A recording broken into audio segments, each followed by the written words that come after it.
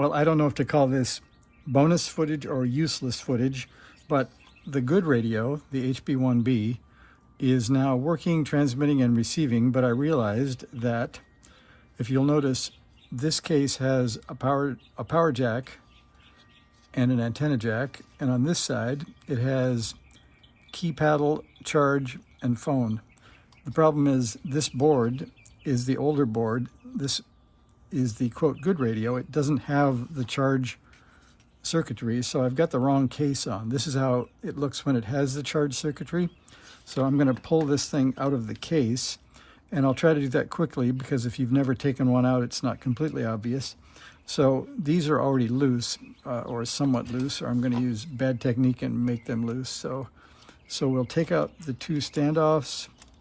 We'll take out, there's one Phillips head screw. And then, let's see, remember to put your stuff in a tray. I think that's an old food tray from the kitchen. And then, let's see, we need that Phillips. I think this works. We need to take out this one Phillips on the end of the board.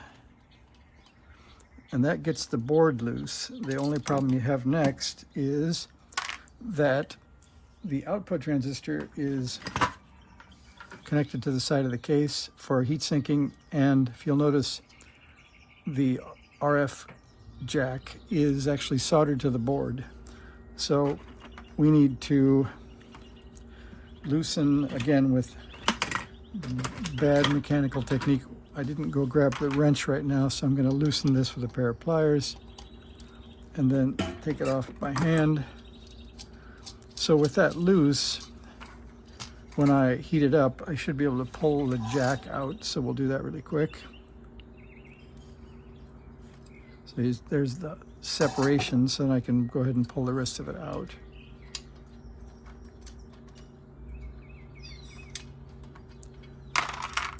All right, and then that only leaves taking out the last screw. And I think this will work.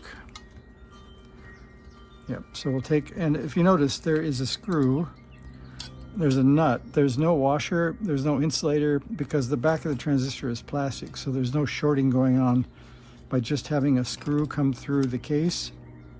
So that's the part you get to save. And then on the inside, there's a heat insulator you can pull out that looks like this.